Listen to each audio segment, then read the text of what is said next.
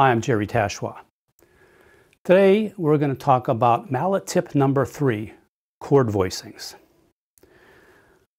Chord voicings is one of the most complex concepts for most percussionists when they get into whether it's jazz vibraphone or just mallet instruments in general.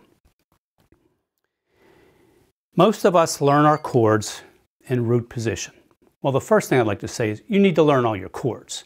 You need to know what triads are. You have to understand major 7 chords, minor 7 flat 5, otherwise known as half diminish, diminished 7 chords, 6 chords, minor 6 chords. You need to learn all your chords. And there's no rocket science to it. You just have to spend the time and actually learn the chord.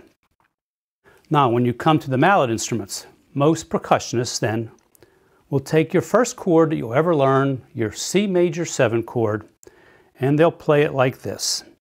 C on the bottom, E, G, and B. 99 times out of 100, if they need this chord, this is where they'll come. Whether they're up here playing or whatever, if they need that chord, this is the one they learned. Root position, this is all they're able to find real quickly. So I'm going to give you a couple pointers to at least take your basic chord and expand it bigger than an octave. Right now, the first chord you learned, it's called Tertiary Structure, stacked in thirds, smaller than an octave, so it's kind of a thin chord, not really ventful. So we want to take this chord and try to make it bigger. By making it bigger, we're going to compete with piano players and guitar players that seem to always be dealing with chords, and this way it'll allow the vibraphone or marimba to compete. So essentially what we're going to do, we're going to take this C major 7 chord, which is stacked in thirds, root on the bottom, E, the 5th is a G, major 7. All we're going to do is exchange places with the outside 2 voices. So the root that's on the bottom, I'm going to put it on the top. The major 7 that was on the top, the B natural, I'm going to put it on the bottom. So I've taken this chord, which looked like this, and just by exchanging the 2 outside voices, I've created it bigger than an octave, so it gets a bigger sound. Here's the first chord, here's the second chord. You can hear a thicker, just more aggressive sound, just because it's bigger. However, within this chord, there's an interval that by itself is a horrible interval. It's a flat 9 interval. It's the B on the bottom, the C on top. It's just an interval of dissonance. In the confinement of this chord, played on an instrument where you don't have to tune, like vibraphone, marimba, piano, organ, any instrument that you don't actually have to tune, it actually blends really well. It just sounds like a very aggressive chord. If you would write this chord for, say, 4 trumpets, the problem would be that the guy that's playing this B on the bottom would be hearing the flat 9 against the C on the top, and he would want to go sharp, and the guy that's playing the C on the top would be hearing the dissonance with the guy on the bottom playing the B, the flat 9, and he'd want to go flat, so you'd have intonation issues. So a way around it is if you didn't like this degree of dissonance within the chord, all we're going to do then is start substituting tensions. Tensions, and a real quick definition of tensions, again, this is something that I cover in my method book, a contemporary mallet method. It's an approach to vibraphone and marimba. I go through all the available upper structures of harmonies known as tensions for each chord and how to utilize them. And this is beyond the scope of this little 10-minute video. So anyway, what I'm going to offer you is ability to take the original chord, expand it bigger than an octave, and if you didn't like that dissonant, we're going to substitute tension 9 for the root. Now, if you remember, the root that used to be on the bottom is now on the top. It's the C. So we're going to get rid of that C and substitute tension 9.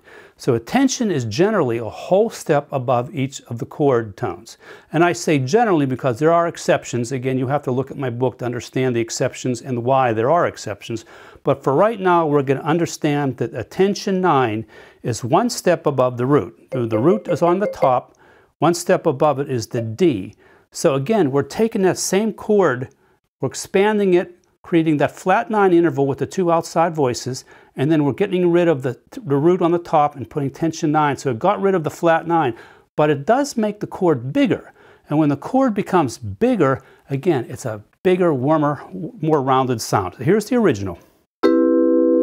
Here's the one expanded with the flat 9. Here's the one getting rid of the root on the top and putting tension 9. So each one of those is a C major 7 chord.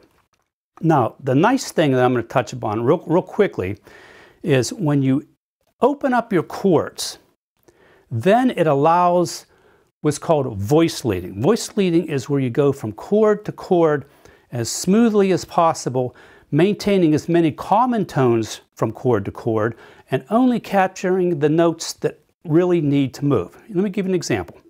Here I am at the third possibility that I told you about with the tension 9 on the top. Now, suppose I wanted to go from here to a C minor 7. Well, only 2 notes need to move. The E has to go to an E flat and the B has to go to a B flat. So I'm going from this to C minor 7. I can keep the upper structure because this is your 5th, this is your 9. Now, supposedly I'm here at C minor 7 and I want an F dominant 7.